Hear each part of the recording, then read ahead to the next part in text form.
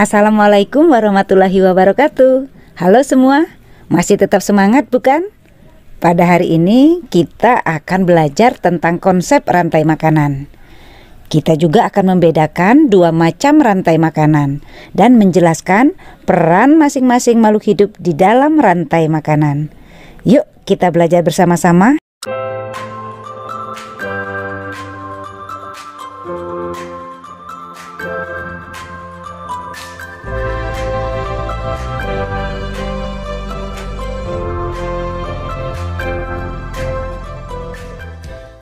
Coba kita perhatikan gambar berikut. Rumput dimakan rusa, rusa dimakan harimau.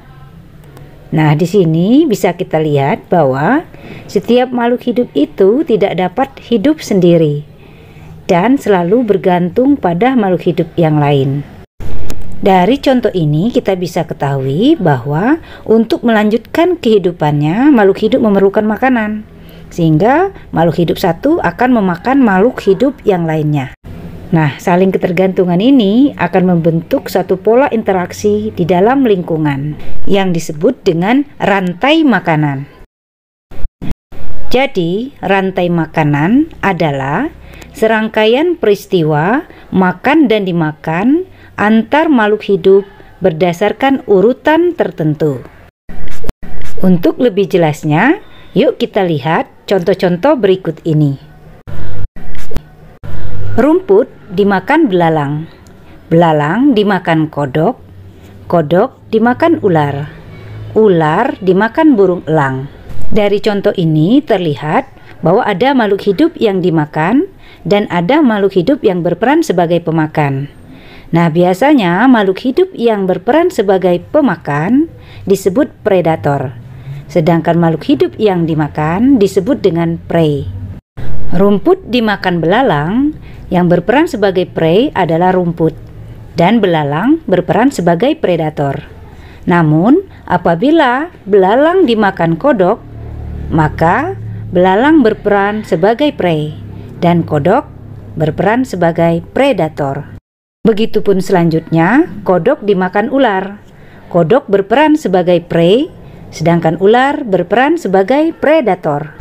Nah, peristiwa makan dan dimakan dengan urutan tertentu inilah yang disebut sebagai rantai makanan. Contoh berikutnya. Detritus dimakan cacing, lalu cacing dimakan ayam, kemudian ayam dimakan manusia. Coba perhatikan pada rantai makanan ini diawali dengan detritus. Apa itu detritus? Detritus adalah bahan organik sisa pengurai yang berbentuk sudah halus dan lunak. Nah, detritus ini dimakan oleh detritipor. Siapa detritipor itu? Detritipor adalah hewan yang memakan detritus.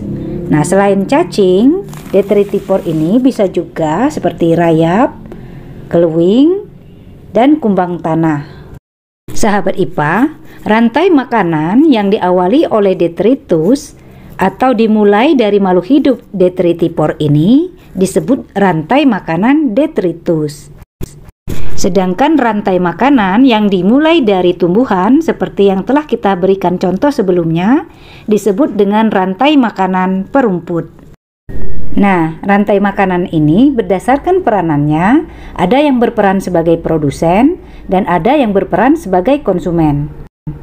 Kalau berdasarkan rantai makanan ini, tumbuhan berperan sebagai produsen, belalang berperan sebagai konsumen tingkat 1, kodok berperan sebagai konsumen tingkat 2, ular berperan sebagai konsumen tingkat 3, dan burung elang berperan sebagai konsumen tingkat 4 atau konsumen puncak.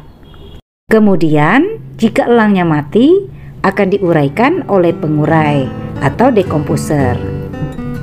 Demikianlah pembahasan kita tentang rantai makanan.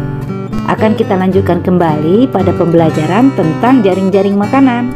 Sampai jumpa di lain waktu dan selamat belajar. Wassalamualaikum warahmatullahi wabarakatuh.